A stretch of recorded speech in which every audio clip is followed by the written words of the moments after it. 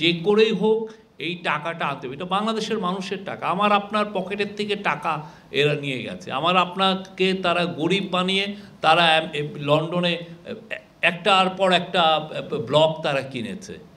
ভয়ানক একটা বিষয়, এবং এটা আমার আপনার চোখের সামনে এটা একটা হাইওয়ে রবারি হয়েছে। উচ্চ এটা আমরা এগুলো তো নাম আমরা বলছি না, আমরা বলছি যে কতটা ইনোভেটিভ ওয়েতে টাকাগুলো গেছে। আমরা তো জানতাম কি যে এটা একটা ওভার ইনভয়েসিং, আন্ডার ইনভয়েসিংয়ে বা ব্যাংকিং সিস্টেমের মাধ্যমে বা হুন্ডির মাধ্যমে টাকাটা চলে গেছে, কিন্তু দেখা যাচ্ছে যে না, কি যেসব কি ওরা কিছু কিছু জায়গায় লুপ হোল খুঁজে 400 করে, পৃথিবীতে কারো টিউশন ফি 400-500 কোটি টাকা আছে। এইটা আমরা এখনও ওনার আইডেন্টিটি আমরা এখনও রিভিল করতে পারছি না, সরি।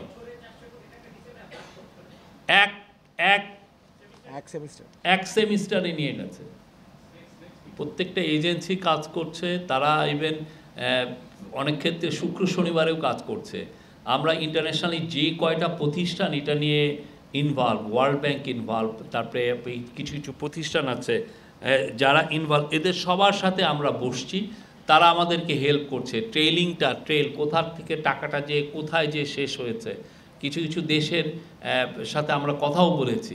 তো সত্যিকার অর্থে এই টাকাটা 234 বিলিয়ন বা 17 বিলিয়ন যেটাই, এটাকে ট্রেস করাটা খুবই সবচেয়ে কষ্টসাধ্য বিষয়।